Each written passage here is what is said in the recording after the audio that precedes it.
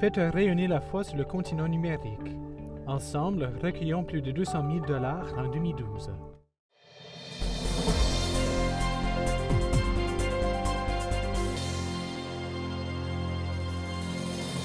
Bonsoir mesdames, messieurs et bienvenue à Perspective. Ô nuit de paix, le dernier CD tant attendu de Robert Lebel sur Noël est sorti.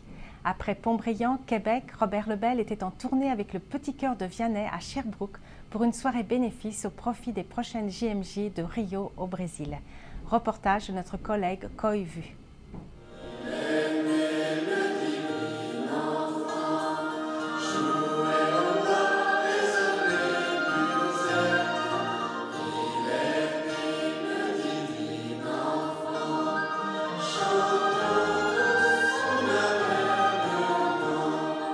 Si j'ai choisi de faire un album de Noël, c'est parce qu'on me l'a souvent demandé, très souvent demandé.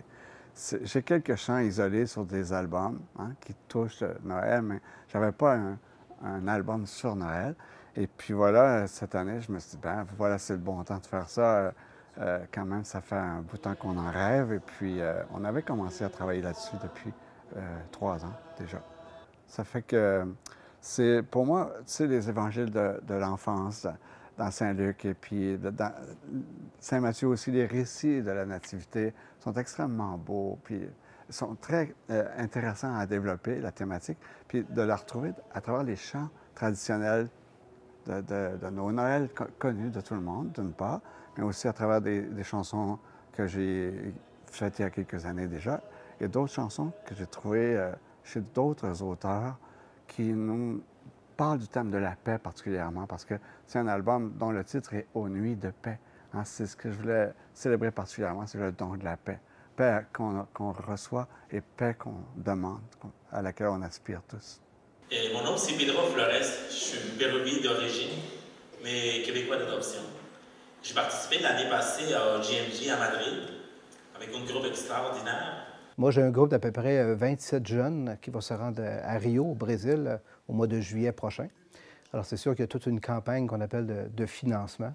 Alors, à partir de cette campagne de financement-là, Robert Lebel a accepté de faire un concert bénéfice pour les jeunes de notre diocèse. Mais ça apporte une expérience nouvelle parce que c'est pas tous les jours qu'on peut faire des concerts comme ça, là, une espèce de tournée comme ça. C'est pas tout le monde, là, disons, qui fait ça. Fait que ça apporte une belle expérience. Avec Noël qui approche, je trouve que ça l'amène un peu plus, je sais pas, d'espoir ou... En tout cas, quand je vois des monde, des fois, j'en ai vu qui pleuraient des fois. Puis ça me fait vraiment... ça me fait chaud au cœur des fois, juste parce qu'on chante, ça peut aider les autres, là. Moi, j'aime vraiment ça, faire partie des concerts de Robert. J'ai aimé ça, puis ensuite, avec la chorale qu'il y avait avec lui, là, j'ai beaucoup aimé ça. Moi, je regrette pas d'avoir venu.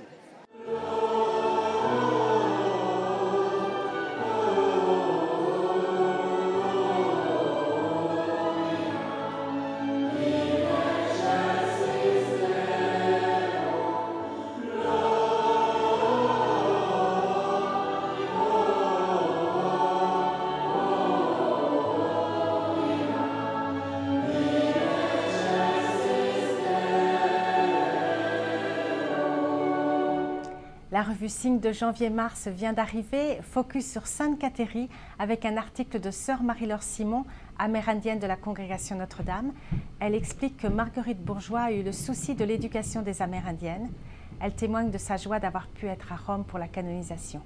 Un autre Amérindien, Philippe Quévillon, n'a pu s'y rendre malheureusement. Il parle des Amis de Cathérie, comité pour favoriser la paix entre Blancs et Mohawks, ainsi que des activités au sanctuaire de Kanawake où est enterrée Sainte-Cathérie. Et portrait d'un prêtre polonais franciscain, le père Bogdan, mort d'une crise cardiaque en juin dernier. Il laisse le souvenir d'un prêtre heureux, enthousiaste, guide de pèlerinage, accompagnant les célébrations de sa voix magnifique. Et au sujet de Sainte-Cathérie, notre nouveau documentaire « Sur ses traces, l'histoire de Cathérie Tekakwika » sera diffusé le 31 décembre à 21 h et le 1er janvier à 14 h.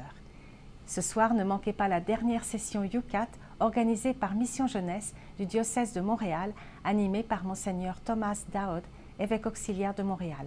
3 autres sessions auront lieu durant le carême. Nous les diffuserons également. C'est tout pour aujourd'hui. À la prochaine.